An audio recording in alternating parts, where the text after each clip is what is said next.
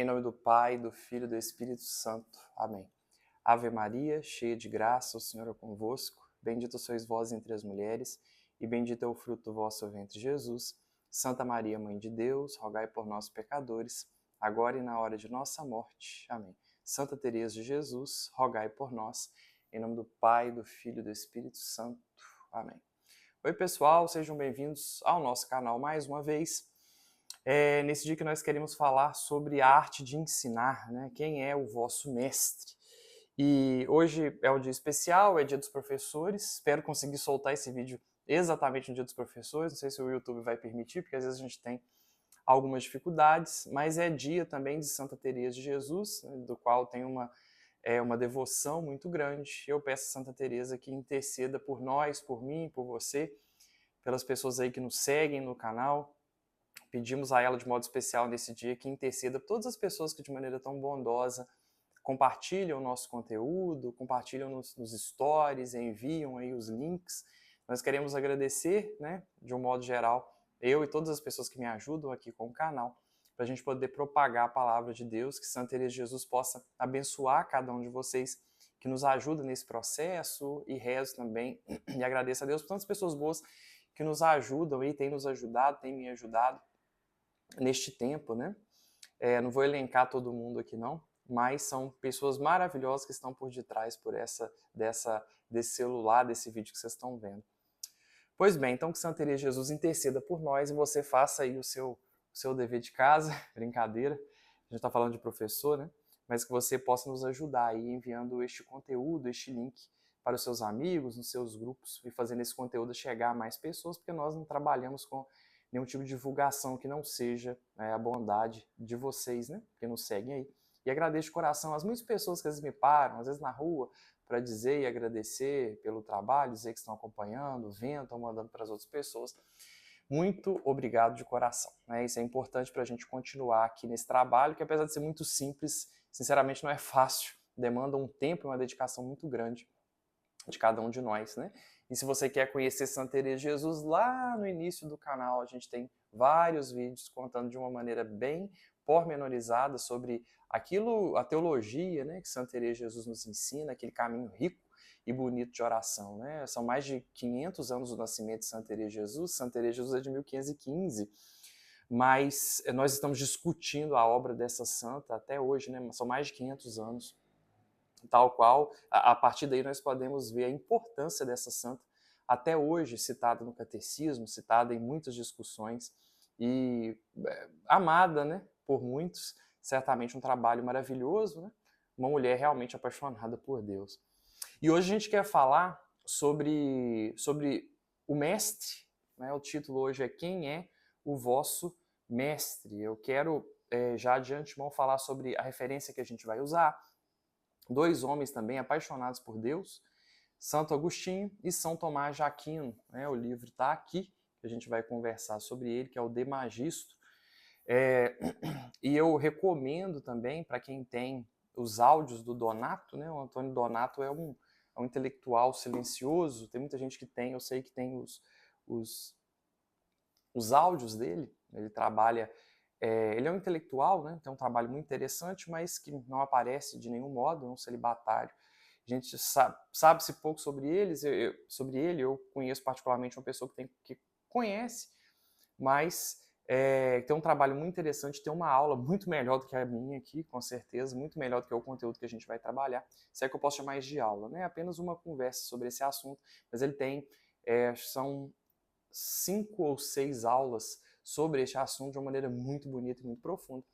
Eu recomendo também para que vocês possam ver, né? E quem quiser os áudios é só entrar em contato comigo que eu passo, né? Pode mandar mensagem no direct que eu passo ali. Pois bem, gente, isso é muito deliberado, viu? Não tem problema não, o conteúdo não é preso em relação a direitos autorais nem nada disso não. Ele simplesmente não gosta de aparecer.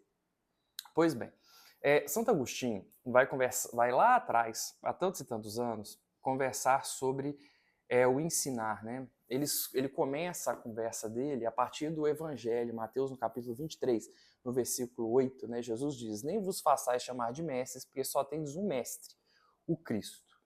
Então, Jesus diz para a gente não chamar ninguém de mestre, porque o único mestre, né, era Deus. Só que aí vocês pensem a situação. Então, só Deus é mestre? Ele começa a se indagar. Será que só Deus pode ensinar? Santo Agostinho, para quem sabe, era um professor de retórica, então ele era professor. Mas como então Jesus vem dizer que só ele, né, só Deus é mestre, se ele era mestre? Então, se ele não era mestre de retórica, se ele não era professor, ele era o quê? E aí ele se questiona nisso aí. Né?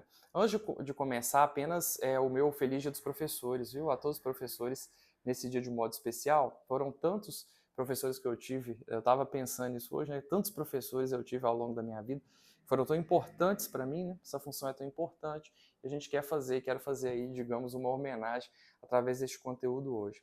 Pois bem, então ele vai escrever esse De Magisto, esse primeiro livro, esse livro, e nesse livro ele, na verdade, ele é um diálogo, ele tá são 2 páginas, né, com o mesmo conteúdo, a primeira página sempre em latim, a segunda a tradução em português. E na verdade o De Magisto de Santo Agostinho vai ser um diálogo com o filho dele, o Adeodato, né, o Santo Agostinho, para quem não sabe, ele ele teve uma vida, ele se casou, ele teve o Adeodato, o filho, né? O Adeodato morre jovem, acho que se não me engano ele morre com 16 anos, aqui na época o Adeodato tinha 15 anos. Esse diálogo ele realmente aconteceu, num livro depois o Santo Agostinho vai dizer que realmente esse diálogo aconteceu. É um diálogo muito interessante e muito profundo. E o Santo Agostinho vai conversando, vai na verdade perguntando ao Adeodato sobre isso, sobre ensinar. E aí eles vão discutindo, vocês vão ver que ao longo de toda essa conversa do livro, é um livro bem pequeno, mas ao longo de toda a conversa, eles vão refletindo então sobre o ato de ensinar. Eles vão falando sobre aqueles princípios mais básicos, que muitas vezes nós ignoramos, que muitas vezes nós esquecemos, mas com o intuito de verificar isso. Né? O que Cristo quis dizer quando falou para a gente não chamar ninguém de mestre? Será que ninguém pode ensinar nada a ninguém? Será que ninguém é professor de ninguém? Como que funciona isso? Eles vão refletindo isso de uma maneira muito interessante. E o Santo Agostinho só através vai fazendo várias perguntas ao Adeodato, vai fazendo ele chegar às suas respectivas conclusões. Né? Mais de 800 anos depois, o Santo Agostinho o São Tomás de Aquino vai fazer o seu próprio De Magistro. E aí ele vai responder e, de certo modo, até refutar aquilo que Santo Agostinho tinha dito sobre a questão de ensinar. Em muitas coisas, na verdade, o Tomás de Aquino acabou por corrigir o Agostinho, né? E não só isso, mas ele via questões abertas com uma facilidade muito grande naquilo que ele lia e corrigia, e levantava, e respondia. Santo Tomás de Aquino era sem igual, né?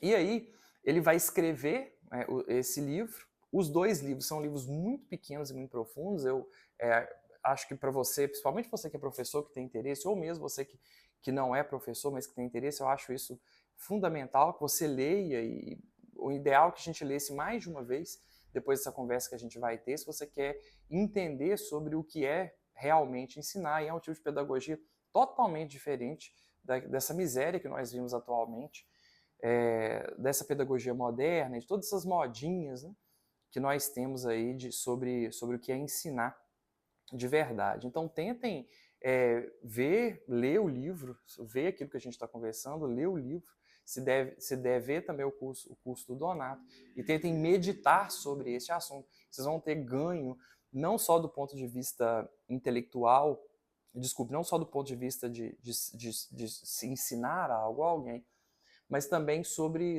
filosofia, sobre muitos conceitos muito básicos que são também muito importantes, né? E aí, entrando nesse contexto de hoje em dia, né?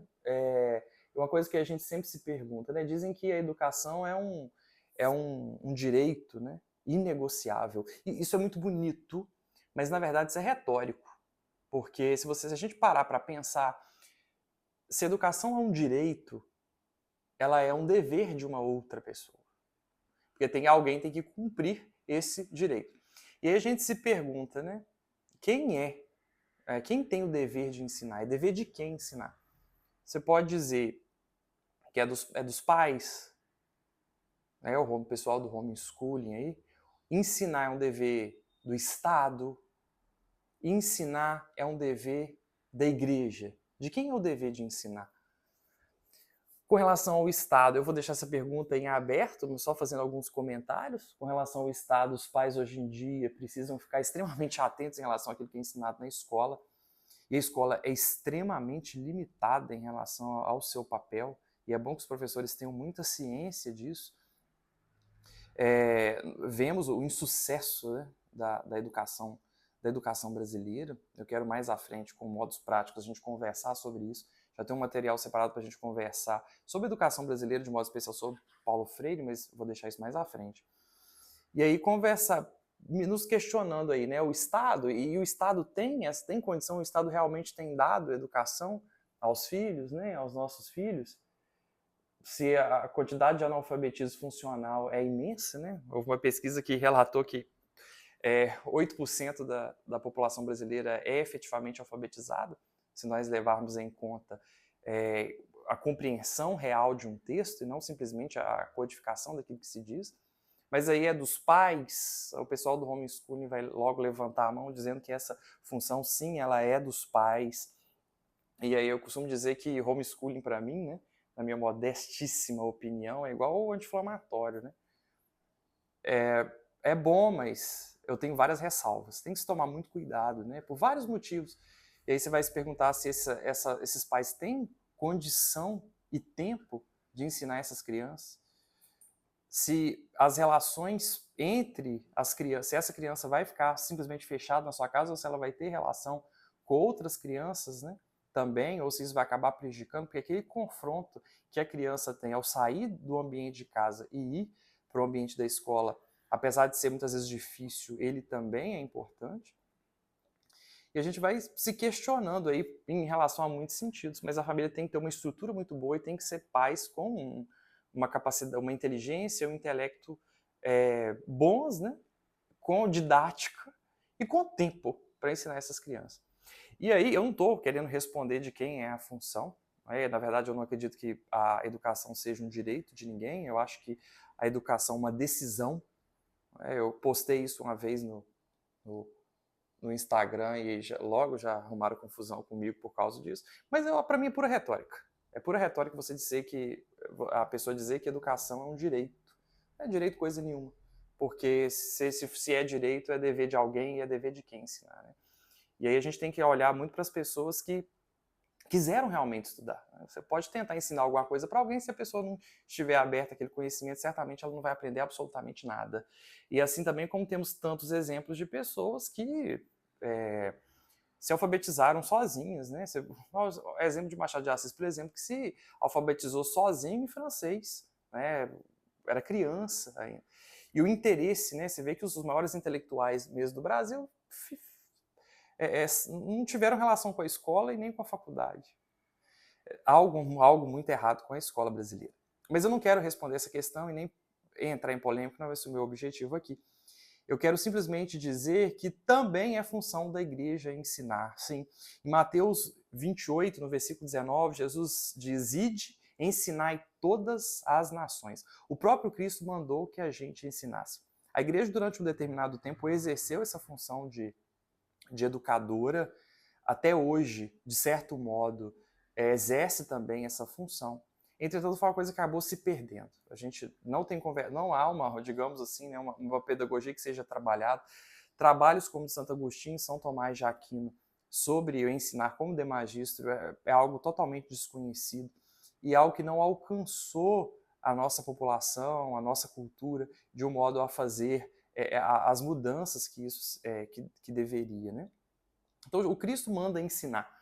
E a gente vai ver que este ensinar, né, é um ensinar das coisas celestes que nós temos que ensinar, o que a gente tenta fazer aqui, mas é um ensinar também do conhecimento em si, né? O próprio objetivo desse canal, você vê que a gente traz muita coisa sobre cultura, sobre conhecimento de um modo geral, porque é a verdade, né? A gente tem essa busca sempre pela verdade. E esse distanciamento que se faz entre ciência e igreja e religião e fé é algo que a gente precisa vencer, né? E entender que essas coisas, como a gente vai ver na nossa conversa, elas estão entrelaçadas. E elas são extremamente importantes, estão todas reunidas em nosso Senhor Jesus Cristo. Então é o Cristo que manda ensinar. E a gente, como igreja, a gente tem essa função de ensinar. Só que a igreja acabou abdicando disso. Por vários e vários motivos, né, o Estado acabou tomando essa função de se tornar educador. E você falar disso, muita gente já arrepia ao dizer nessa perspectiva de ideia de Estado laico, Estado laico, Estado laico. A gente tem um vídeo também sobre a questão do Estado laico aqui, mas como isso acaba sendo uma influência muito negativa em muitos sentidos. Pois bem, na Idade Média a igreja exerceu aí uma função mais importante em relação ao ato de ensinar, mas hoje em dia você vê, por exemplo, uma grande decadência das escolas católicas. Eu mesmo estudei numa escola católica, mas a gente pode perceber que a maioria delas, a ideologia presente ali, mesmo marxista, é muito mais forte do que o catecismo ou o evangelho. Isso é algo extremamente complicado. Você pode ter o exemplo a nível universitário da própria Pontifícia Universidade Católica, que de católica, na verdade, não tem nada. Mas é função da igreja, o Cristo nos mandou, a gente precisa ensinar e discutir isso, né? Isso é fundamental. Então, como a gente deve, então, ensinar, né? É interessante que o diálogo do Agostinho mais o filho dele é um diálogo extremamente profundo. A Deodata era realmente um fenômeno, né? Santo Agostinho extremamente inteligente, mas o filho também não era diferente. Eles discutiam, né, a filosofia aqui de uma maneira tão grandiosa e tão profunda. E um rapazinho, né, de 15 anos acompanhava o Agostinho nos raciocínios e nas perguntas que eram realizados. Mas, continuando então, a tese fundamental, a ideia fundamental dessa conversa é que essa pergunta, né? O que Cristo quis dizer quando ele disse que um só é o mestre? Alguém pode ensinar alguma coisa a alguém? E aí eles vão discutindo as coisas mais básicas, signo, significado, até chegar, então, né, à conclusão dessa tese. Pois bem, a tese fundamental do livro que o Agostinho coloca é que a verdade ela está no interior do homem, né? Tarde te amei, ó beleza tão antiga e tão nova, eis que estava dentro e eu fora. E que a verdade está no interior do homem. Quando um professor ensina alguma coisa a alguém, né? Você vai tentar ensinar alguma coisa para uma outra pessoa, a única coisa que ele está fazendo, na verdade, é expondo aquele assunto e aquela pessoa vai consultar a verdade interior que está dentro dela, que é o próprio Cristo que está dentro daquela pessoa, e a partir disso aquela pessoa vai aprender aquele determinado assunto. Só que aquele professor, aquela pessoa que ensinou, na verdade não ensinou nada. Só mostrou aquilo que já estava dentro daquela pessoa. Só lembrou aquilo que aquela pessoa, em Cristo, pois Cristo estava dentro dela, já sabia. Então, na verdade, para ele, ninguém podia ensinar nada para ninguém. A tese fundamental, ela é essa. Agora, se a gente for nas raízes, todo mundo sabe que o Agostinho tinha uma influência muito grande de Platão.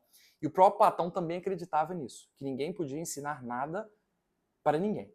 Por que Platão acreditava nisso? Platão acreditava em reencarnação. Né?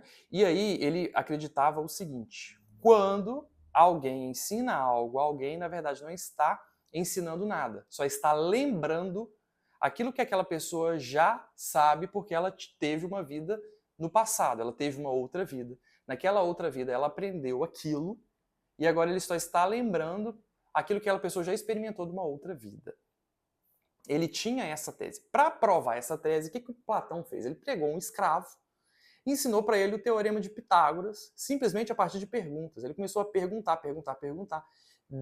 fez a dedução do teorema de Pitágoras e o escravo dele aprendeu. Para ele isso era a prova, porque o escravo não sabia nada, ninguém nunca ensinou nada para o escravo, ele era apenas um escravo, e aí não tinha tido estudo, nenhum tipo de estudo, e aí ele conseguiu ensinar, porque na verdade ele não ensinou, na verdade ele simplesmente lembrou aquilo que o escravo já sabia.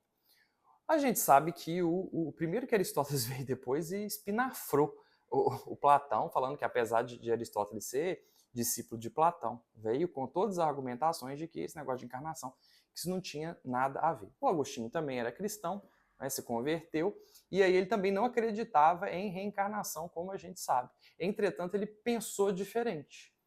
Ninguém ensina nada a ninguém, não porque a pessoa teve uma outra vida, mas porque, na verdade, Deus, que é a verdade, está no interior dessa pessoa. O professor expõe aquele determinado conteúdo e aquela pessoa apenas consulta aquela verdade no interior dela. Então, não essa questão, o professor, a função dele é simplesmente lembrar a pessoa aquilo que ela já sabe. Ele vai fazer, o professor faz a exposição, o aluno percebe aquilo, escuta aquilo, consulta a verdade que é Cristo que está no seu interior e a partir disso ele aprende. Mas ele aprende porque ele apenas lembrou aquilo que ele já sabia, porque o Cristo estava dentro dele. Então essa é a tese fundamental de Santo Agostinho. Mas o São Tomás de Aquino, no caso, com uma influência muito maior de Aristóteles, mas muito além disso, um homem muito inteligente. Eu particularmente gosto demais do trabalho de São Tomás de Aquino. Eu até acho que duas pessoas foram as duas pessoas mais inteligentes da história da humanidade. Primeiro é Aristóteles, porque igual ele não teve, e depois o São Tomás de Aquino. Isso é apenas a minha modestíssima opinião. Mas ele viu além, né? E ele usou aí várias, né, argumentações em relação a isso, escrevendo então o seu De Magistro. Como vai funcionar o De Magistro São Tomás de Aquino? Ele vai funcionar da seguinte maneira: ele é uma questão disputada.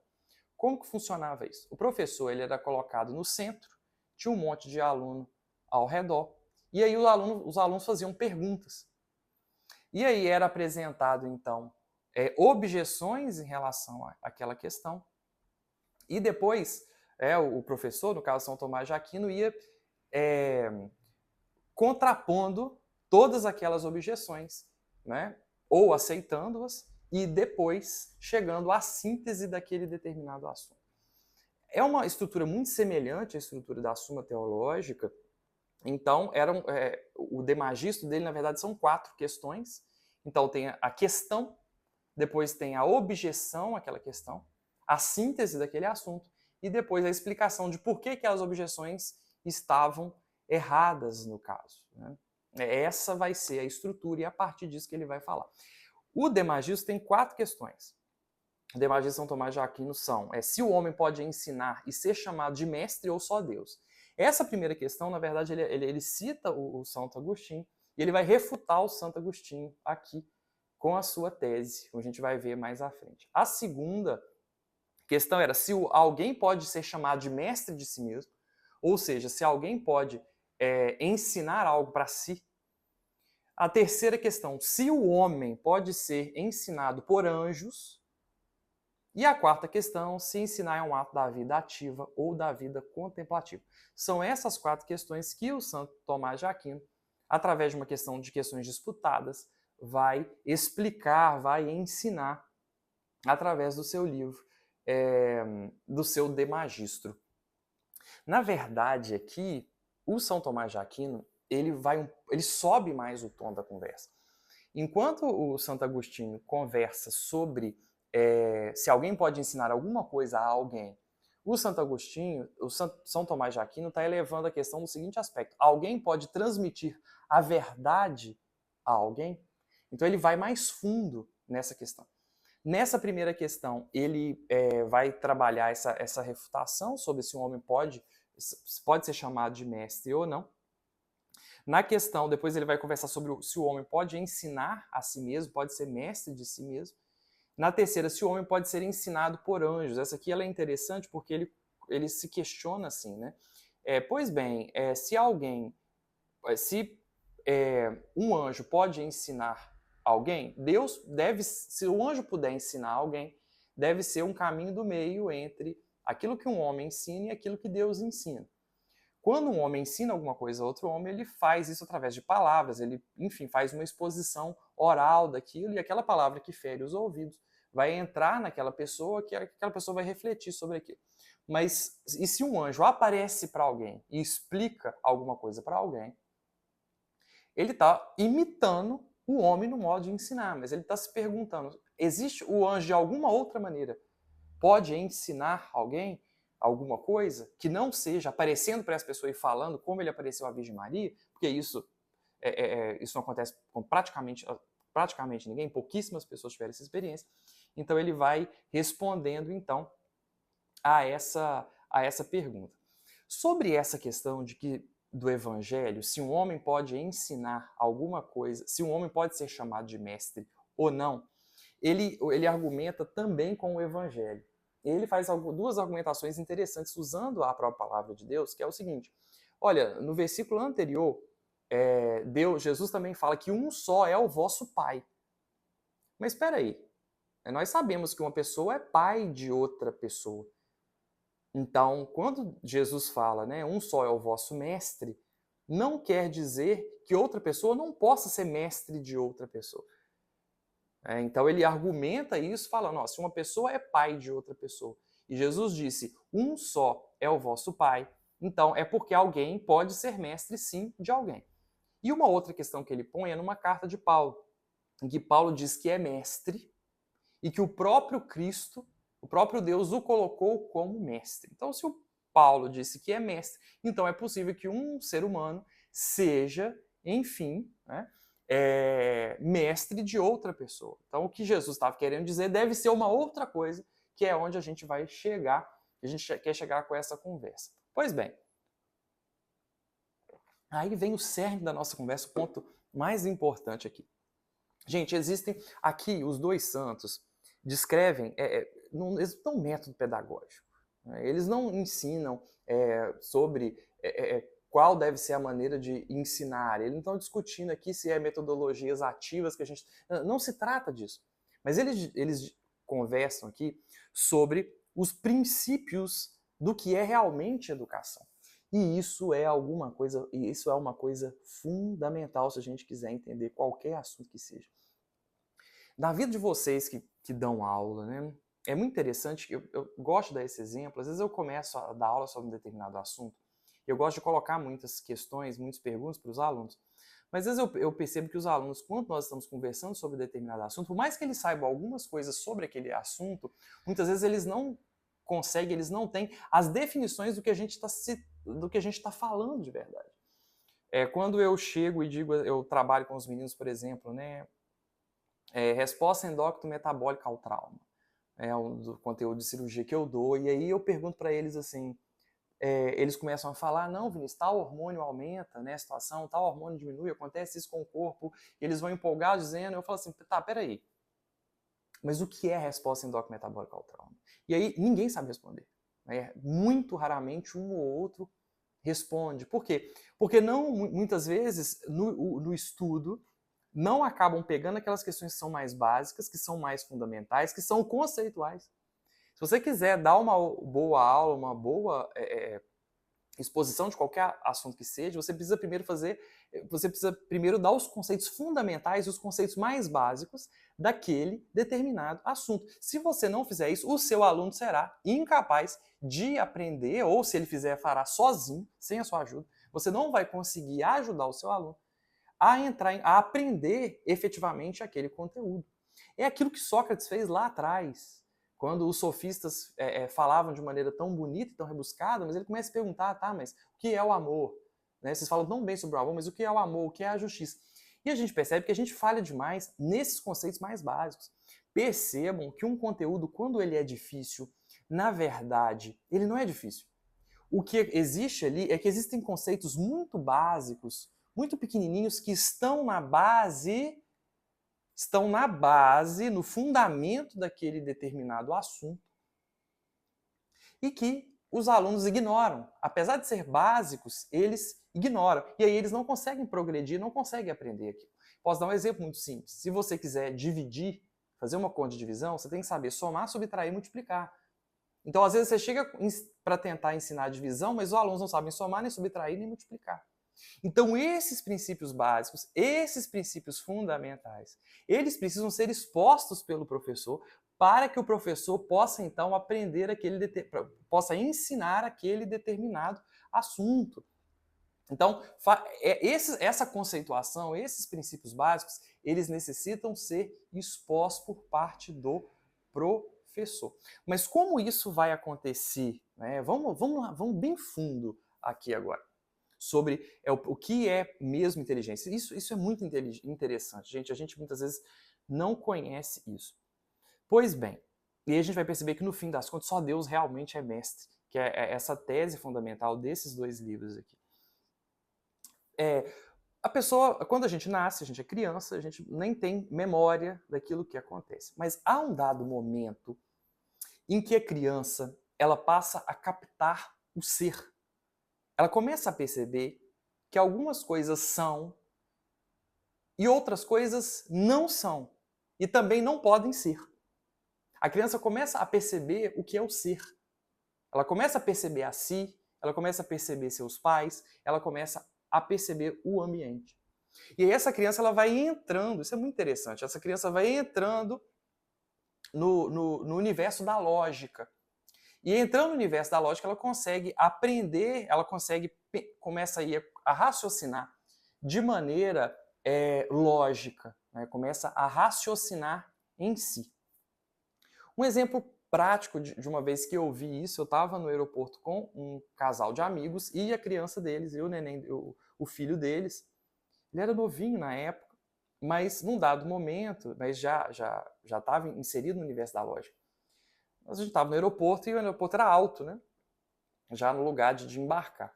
E aí tinha um carro lá em cima, desses sorteios que acontecem. Essa criança, num dado momento, diz assim, papai, ele está naquela fase do porquê, né? Como esse carro veio parar aqui em cima?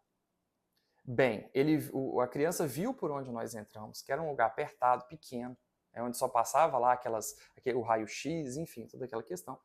E sabia que esse carro precisava subir por um lugar maior e ela não viu esse lugar maior. O pai riu de maneira um pouco sem saber, falei, meu filho, eu não sei. Pois bem, essa criança já estava ali começando a ser inserida, já estava inserida, claro que isso vai melhorar e aumentar, mas já estava inserida no universo da lógica, porque ela já começa a captar o ser e perceber que coisas são e coisas não são. E ela começa então a raciocinar com lógica. Um exemplo de lógica, né? Aquele exemplo clássico de lógica. Todo homem é mortal. Sócrates é homem.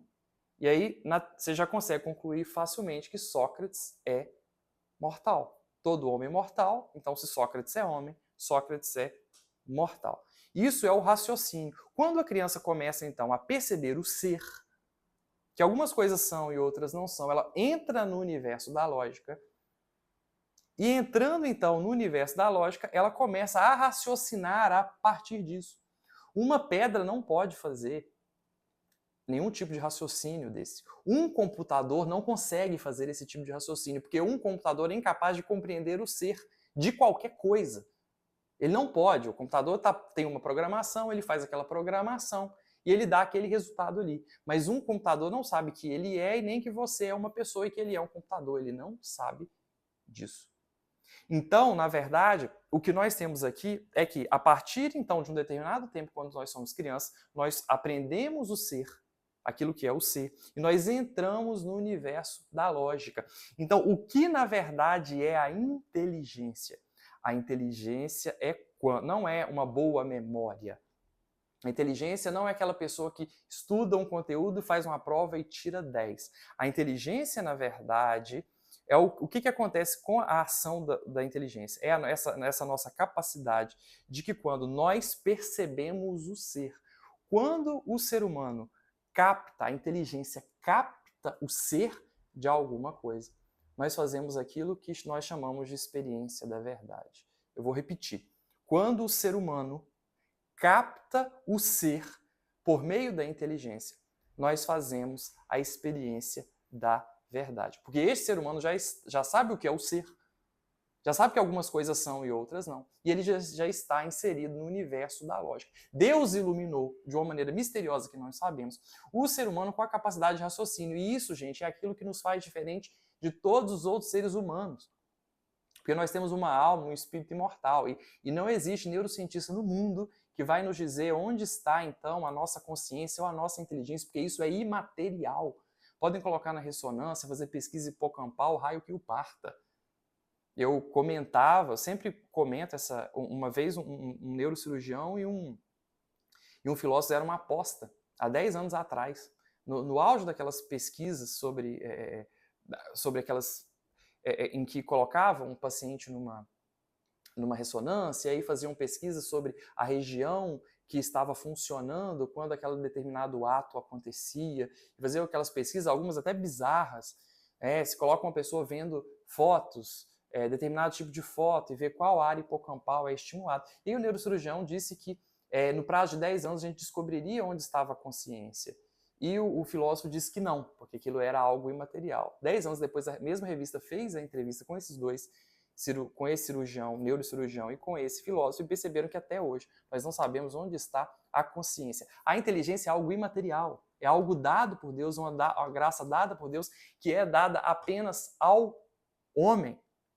Então, Deus ilumina a inteligência do homem. Quando o homem é capaz de captar o ser de alguma coisa, ele faz a experiência da verdade. Então, entenda, nessa primeira maneira de aprender, só Deus é o mestre. Porque se Deus não iluminar a inteligência de uma pessoa, a pessoa não aprende absolutamente nada sobre aquele determinado assunto.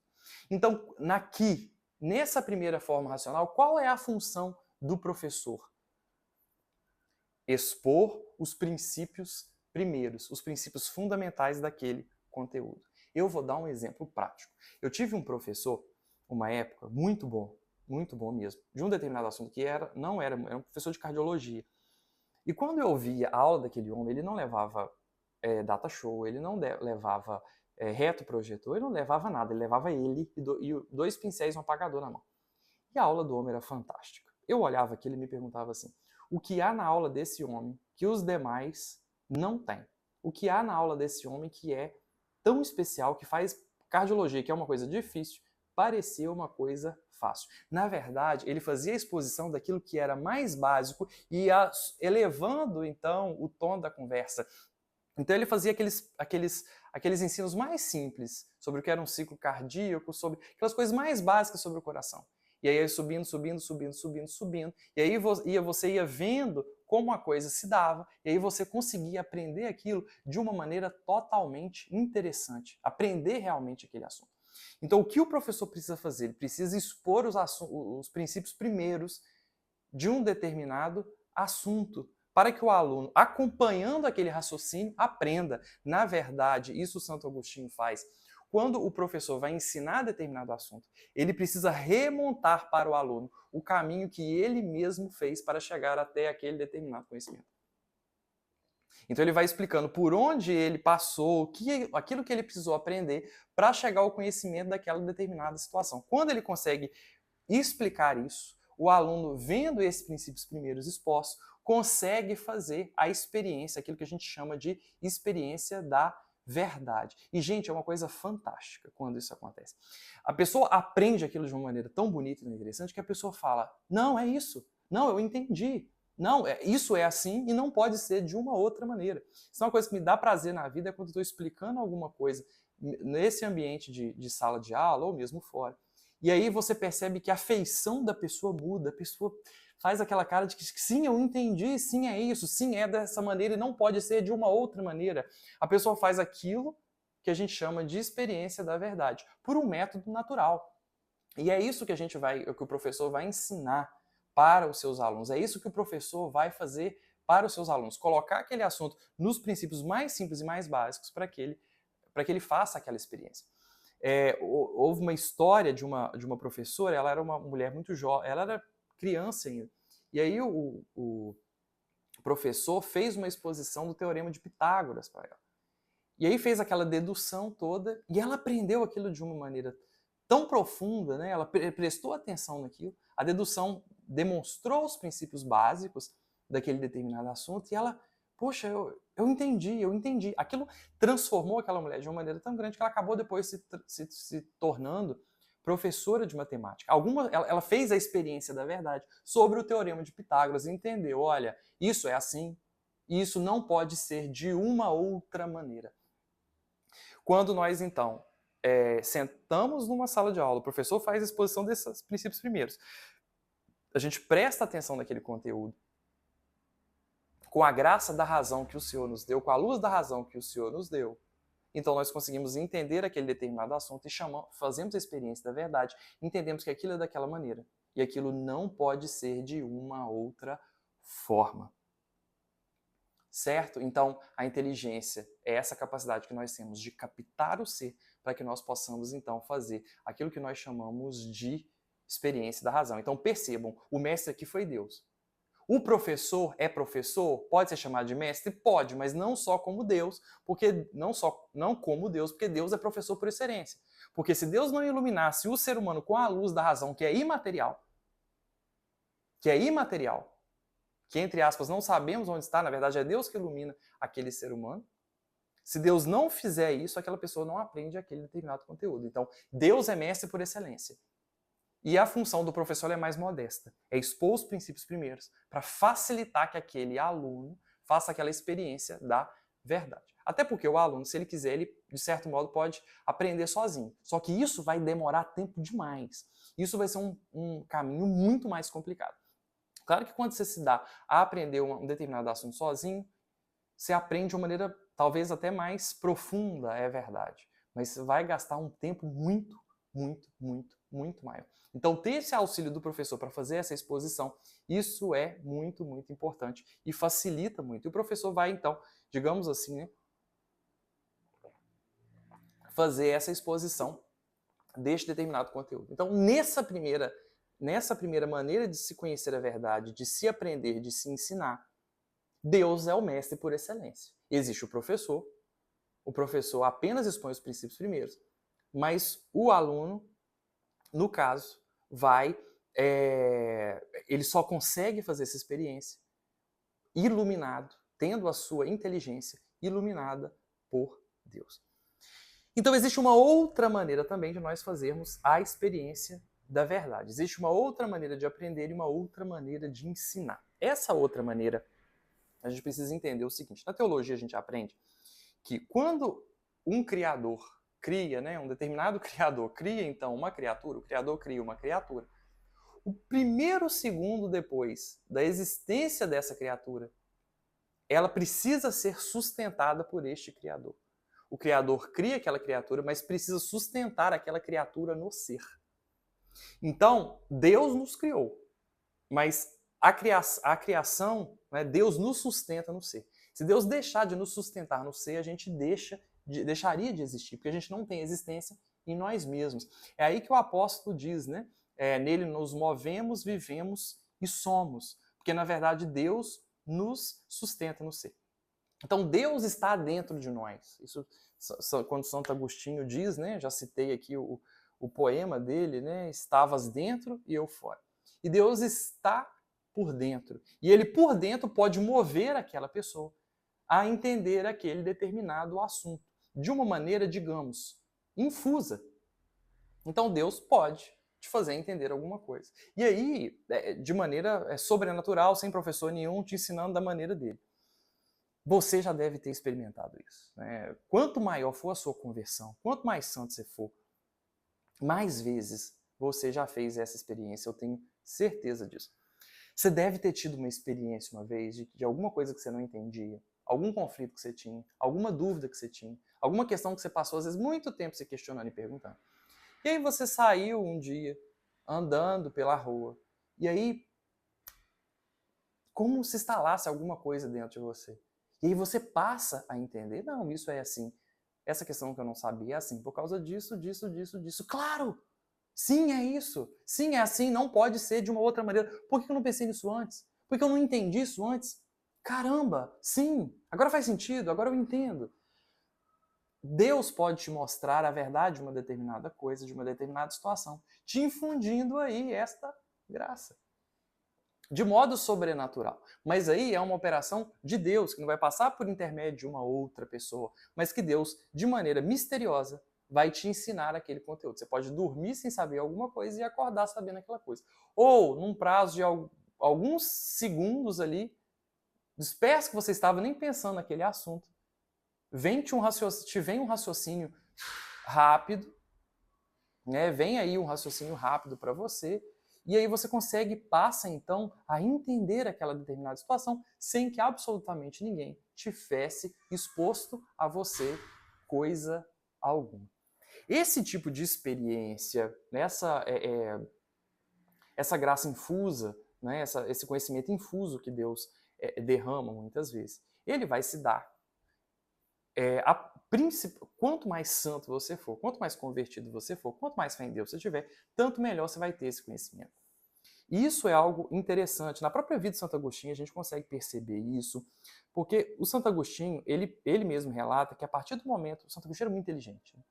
E a conversão dele ela se deu de uma maneira um pouco diferente das demais. A conversão da maioria das pessoas se dá, na verdade, pela vontade e não pelo intelecto. Como assim? A pessoa tem uma vida toda torta. A pessoa vive no pecado, vive na safadeza, vive, enfim, bebendo, fumando, se prostituindo, aquela coisa toda. Chega num dado momento que ela cansa, porque, sinceramente, né, gente, o pecado cansa. Aquela pessoa passa, então, a conviver com uma outra pessoa mais virtuosa, começa a perceber que a vida daquela pessoa é diferente, que aquela pessoa, ela é diferente, que tem alguma coisa diferente, então, naquela pessoa. E aí ela começa a falar, espera aí, se ele é assim, se ela é assim, a vida dele é melhor, eu tô cansado dessa vida ruim que eu tenho, então eu vou me converter. Mas, na verdade, na questão do Santo Agostinho foi diferente. Ele era muito inteligente. E aí, na verdade, o que ele faz é... O Santo Agostinho, na verdade, é tomado por Deus pela inteligência, né? E a partir da inteligência. Quando ele começa, então, a estudar e ver tudo aquilo ali, toda a proposta do cristianismo, ele começa a perceber que ali estava a verdade e que ele precisava seguir, então, aquele caminho, que aquele caminho era o melhor para ele.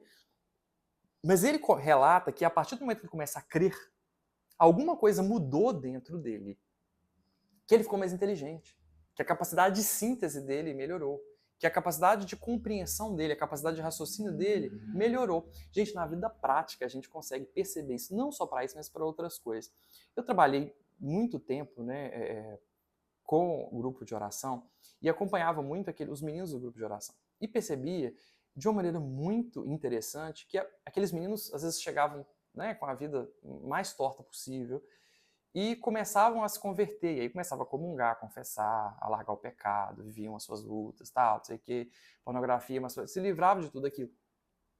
E aqueles meninos cresciam de uma maneira, e ficavam mais inteligentes, iam melhor na escola, iam melhor em absolutamente tudo, até a feição do cidadão, né, do menino ou da menina, parecia melhorar.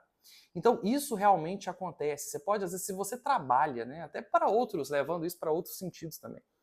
Se você trabalha com uma pessoa que é de Deus, que é de católica efetivamente, que comunga, que confessa, que tem vida de oração, você percebe que aquela pessoa, se ela for um cristão sincero, ela é diferente. E até o trabalho dela é melhor. E aí você vai perceber que às vezes, até o contrário, né? A pessoa às vezes tinha uma vida de igreja, e aí era um excelente profissional, eu vejo isso acontecer e lamento às vezes, né? A pessoa era um excelente profissional, e aí começa com a vida de pecado, o negócio desanda de uma maneira absurda. E aí todo mundo começa a reclamar do trabalho que aquela pessoa fazia. Porque as paixões atrapalham, né? Atrapalham o raciocínio, atrapalham a atuação da pessoa. A pessoa começa a fazer tudo de uma maneira errada. Pensem vocês no médico, por exemplo.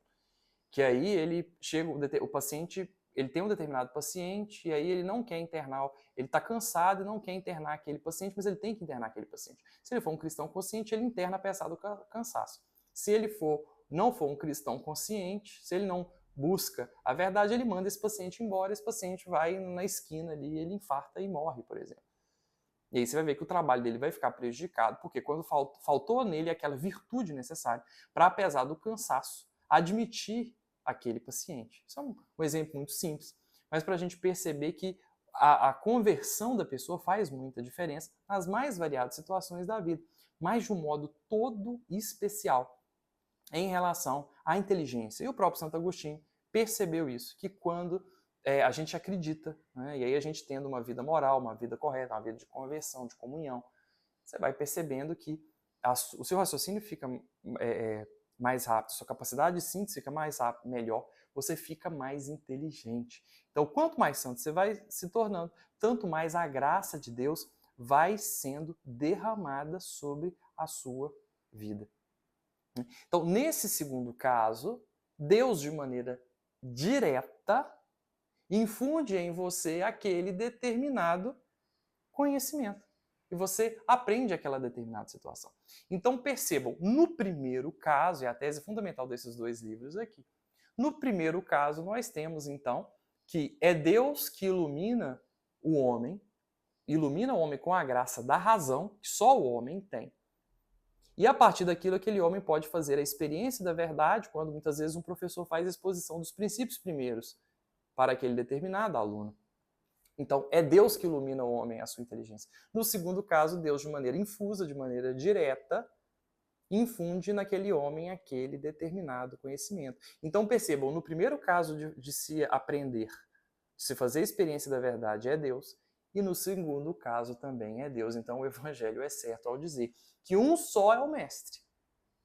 Não que uma pessoa não possa ensinar nada a outra pessoa, mas um só é o mestre. Porque se primeiro Deus não infundir a graça da iluminar a pessoa com a razão, com a inteligência da pessoa, a pessoa não aprende. No segundo caso, é Deus de maneira direta que age. Então, o mestre por excelência é Deus. O mestre por excelência é Deus. E sendo no primeiro caso, sendo no segundo caso. O que o professor vai fazer é um pouco mais modesta a atuação do professor, que é apenas demonstrar, então, os princípios primeiros para aquele determinado aluno. E aquele aluno vai fazer, então, a experiência da verdade. É curioso que antigamente, né, um aluno, o conhecimento, né, das faculdades de um modo geral, a faculdade não tinha esse caráter puramente profissionalizante. Então, a pessoa ela aprendia, recebia ali na faculdade um conhecimento maior, muito vasto, né? Vários assuntos diferentes. A pessoa não estava ali com o objetivo de simplesmente se profissionalizar, de receber uma profissão, mas estava ali para receber um conhecimento muito maior e muito mais vasto. A faculdade nessa época ela contemplava a verdadeira vocação do ser humano, que é o conhecimento. O ser humano tem essa vocação de conhecer. Hoje em dia, infelizmente, as faculdades se tornaram, na verdade, nada além do que um lugar para se profissionalizar, né? Para se ensinar a ser professor, engenheiro, dentista, seja lá o que for. E esse conhecimento maior e mais vasto, ele é muitas vezes deixado de lado. Então, as faculdades hoje em dia não contemplam mais a vocação do ser humano, que é a vocação ao conhecimento, mas simplesmente por uma questão mercadológica, para obedecer, né, para atender, na verdade, as demandas sociais por profissionais, né, porque na nossa sociedade hoje em dia a única visão que as pessoas têm ela é puramente financeira, as pessoas pensam simplesmente em dinheiro e nada mais. Então deixou de se tornar, né, um ambiente de um conhecimento mais vasto, mais profundo, e que contempla a verdadeira vocação do ser humano, que é conhecer e conhecer a verdade. Né? Esse é o nosso objetivo, é conhecer a verdade. Então, os professores, de um modo ou de outro, contribuem para que os seus alunos aprendam, né, conheçam a verdade, que é Deus. Seja estudando o Teorema de Pitágoras, seja ensinando aqueles alunos o futebol lá na educação física, ou seja, ensinando, né, as coisas celestes, as coisas de Deus, né? Os nossos catequistas, por exemplo, também são professores ensinando aquilo que é do céu. Então, por excelência, o nosso mestre é Deus, porque seja pela exposição dos princípios primeiros, seja pela iluminação, pela graça infusa derramada sobre o homem, é Ele que ensina. Mas a nós, professores, é dado esta função de fazer a exposição daquilo que é mais básico, dos princípios primeiros, dar simplesmente aos alunos um caminho para que então eles possam fazer a experiência da verdade, porque a verdade ela liberta, né? Conheceis a verdade e a verdade vos libertará. Um feliz dia dos professores a todos e que Santa Teresa de Jesus interceda a Deus por nós. Glória ao Pai, ao Filho e ao Espírito Santo, como era no princípio, agora e sempre. Amém.